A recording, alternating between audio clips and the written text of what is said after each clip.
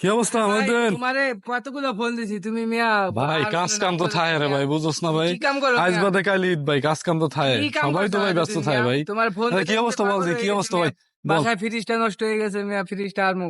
তা ফ্রিজটা নষ্ট হয়ে গেছে, ফ্রিজটা ওর সামনে কোরবানি ভাই, বুঝো না? আচ্ছা, ফ্রিজের সাথে কোরবানির কি সম্পর্ক? তা ভাই আমি ফ্রিজ হারা লাগবে না ভাই, কোরবানি দিমু, বসতে চইবে। হে মধ্যে আর একটা অবস্থাতে আছে, কতগুলো ফোন দিছি মিয়া। এত ফোন কে লাগিয়া? ফোন মিয়া সামনে কালকে কোরবানি মিয়া, ফোন দিম না তাই কি করবো? ঠিক আছে তো ভাই, এটা তো বাসায় ফ্রিজটা নষ্ট হয়ে গেছে মিয়া, তোমাকে ফোন দিয়ে পাই না।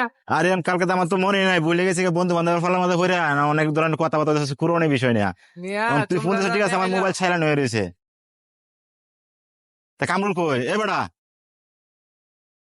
তোমারও তো আমি খুঁজে পাই না। কি অবস্থা, কেমন আছো? আলহামদুলিল্লাহ।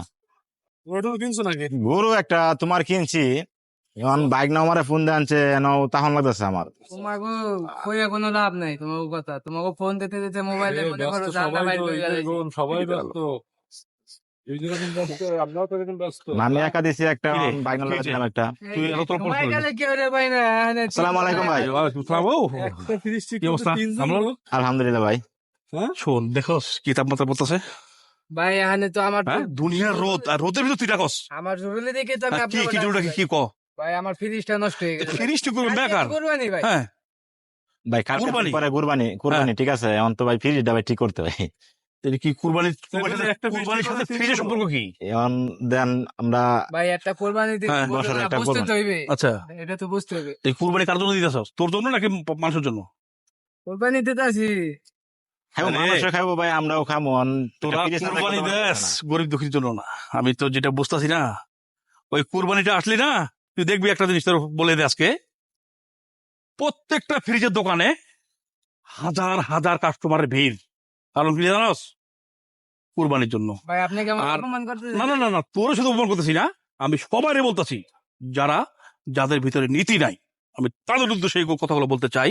এই কথাগুলো আমার বহুত আগে বলার প্রয়োজন ছিল, কিন্তু এখন বলতেছি কি জানো, ঢাকাতে 21 বছর, 1 বছর 2 বছর না, ঢাকায় যে কুরবানি দেয়, 10টা কুরবানি হয় কিনা সতে, সেটা আল্লাহ পাক ছাড়া কেউ জানে না।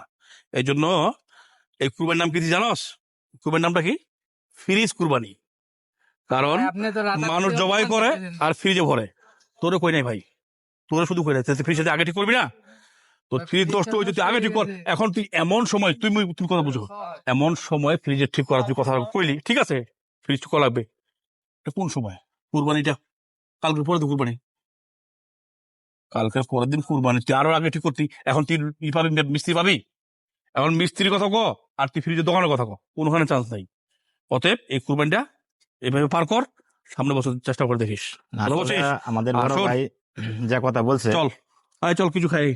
ইনশাল্লাহ ইনশাল্লাহ। চল, কোন দিকে যাবি? যাই এদিকে, এদিকে এদিকে যাই, এদিকে যাবে? এদিকে যাবো।